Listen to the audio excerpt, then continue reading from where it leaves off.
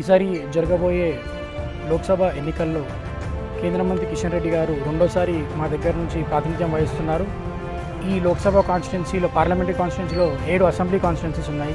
ఈ 7 అసెంబ్లీ కాన్స్టిట్యున్సీలో కూడా సనత్ నగర్ నుంచి అత్యధిక మెజారిటీతో గెలిచే నాయకుడు కిషన్ రెడ్డి గారు. కిషన్ రెడ్డి గారు సికింద్రాబాద్ రైల్వే స్టేషన్కి ఎన్ని కోట్ల నిధులు తేవడం జరిగింది, కాచిగూడ రైల్వే స్టేషన్ పునర్నిర్మాణం కోసం ఎన్ని కోట్లు తేవడం జరిగింది, అలాగే నాంపల్లి కోసం ఎన్ని కోట్లు తేవడం జరిగింది. ఇవన్నీ కిషన్ రెడ్డి గారు ఇక్కడ నుంచి ఎంపీగా అయ్యి కేంద్ర మంత్రి అయినందుకు మాత్రమే ఇన్నిగనం నిధులు తేవడం జరిగింది. అలాగే ఈ ఎలక్షన్లో భారీ మెజారిటీతో గెలవడం ఖాయం. కిషన్ రెడ్డి గారు మృదు స్వభావం, అతను అంచెలంచెలుగా ఎదిగిన నాయకుడు. వేరే వాళ్ళగా పారాషూట్ లీడర్ లెక్క ఆ పార్టీ నుంచో ఈ పార్టీ నుంచో వచ్చిన నాయకుడు కాదు. ఒక జిల్లా స్థాయి కాదు, ఒక చిన్న కార్యకర్తగా ఆయన ప్రస్థానం హిమాయత్ నగర్లోని బీజేపీ ఆఫీస్లో స్టార్ట్ అయ్యి ఈరోజు దేశంలో నరేంద్ర మోడీ గారితో కూర్చొని దేశంలో ఒక ఇష్యూస్ గురించి చర్చించే స్థాయికి ఎదిగిన లీడర్ కిషన్ అన్న.